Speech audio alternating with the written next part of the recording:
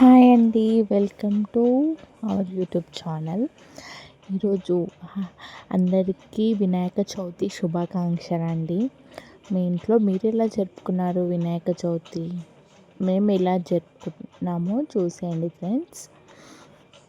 ముందుగా అయితే ముగ్గు పెట్టేసుకొని ఫ్లవర్స్ అయితే పెట్టేసుకున్నాను కడపలో.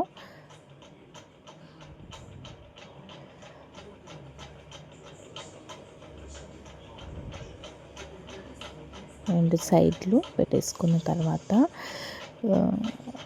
పొయ్యి దగ్గర పూజ అంటే ఇట్లా స్వస్తిక్ గుర్తు వేసుకొని బొట్టు పెట్టుకున్నాను. అలా పెట్టుకోవాలంట అండి, అందరు అంటూ ఉంటారు. నేను ఫస్ట్ టైం పెట్టాను ఈరోజే వినాయక చవితి అని చెప్పేసి. అది మంచిదంట పెట్టుకోవడం వల్ల, అందుకే పెట్టుకున్నాను.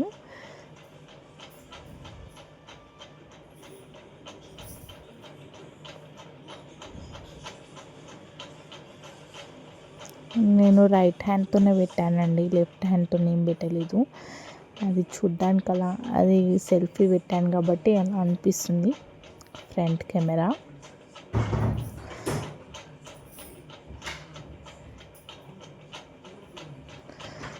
ఇప్పుడు చింతకాయ మిరపకాయ ప్రసాదం చేస్తున్నానండి, వంటలు దేవుడికి.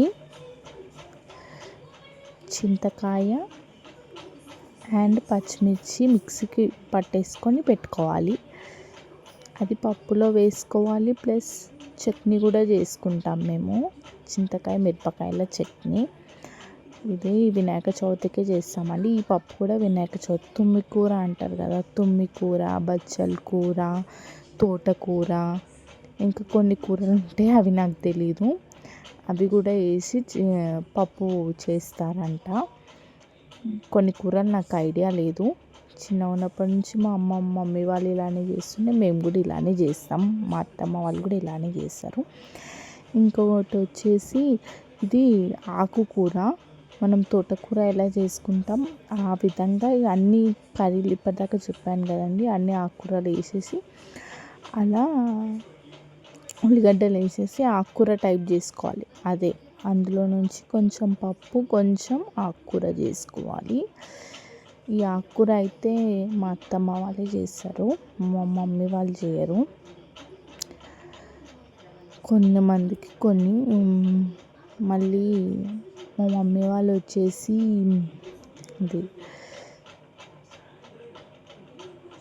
మిర్చి కూర చేస్తారు. ఇక్కడ మా అత్తమ్మ చేయదండి, నేనే చేస్తాను. నేను మిర్చి కూర కూడా చేసి పెట్టాను. ఇగో మిర్చీలు.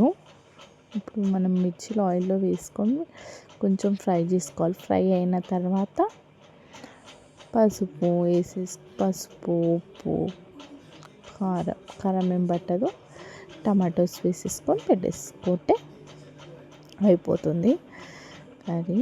తాలికల కోసం నేను ఉండ్రాల కోసం పిండి తడుపుకున్నాను.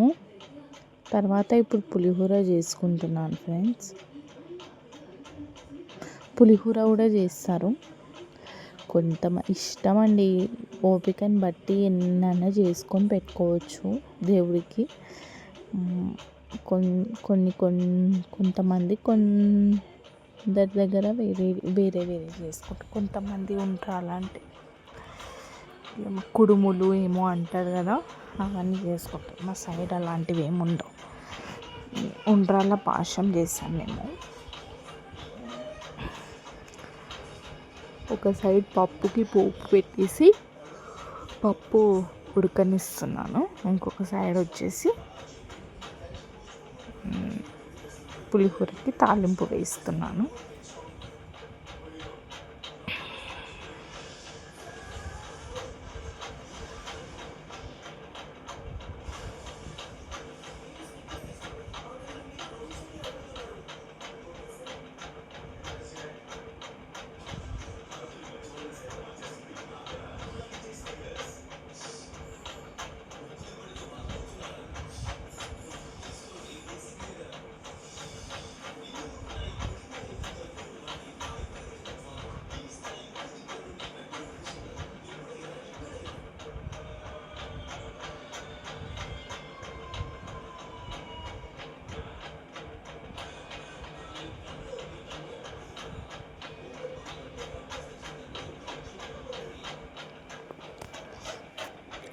మా పిల్లలు పాశం చేస్తున్నారు, అదే ఉండ్రాలు చేస్తున్నాం. మా అత్తమ్మ చేస్తుంటే వాళ్ళు కూడా చేస్తామని కూర్చున్నారండి.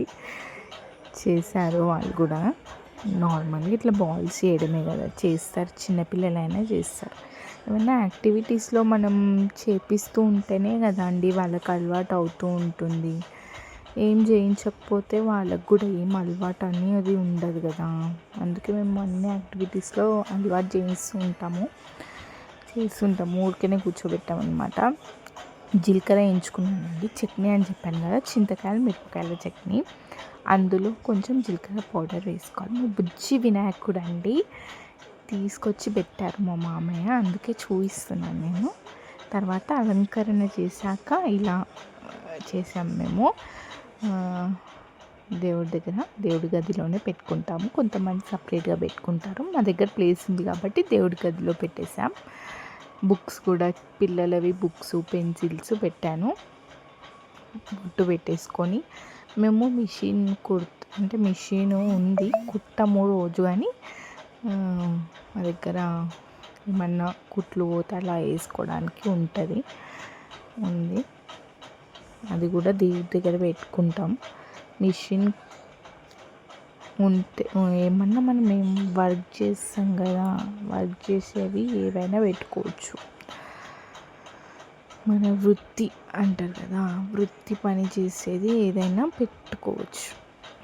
దేవుడి దగ్గర, గణేశుని దగ్గర మంచిగా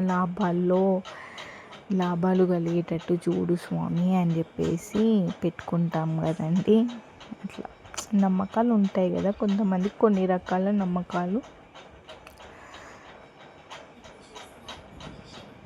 ఇది మేము హారతి ఇస్తున్నాము. ఇవేమో స్టిక్స్ అవి నేనే ప్రిపేర్ చేశాను, దాని పేరు నాకు తెలీదు. ఆ స్టిక్స్తోని హారతి ఇస్తున్నాం అన్నమాట.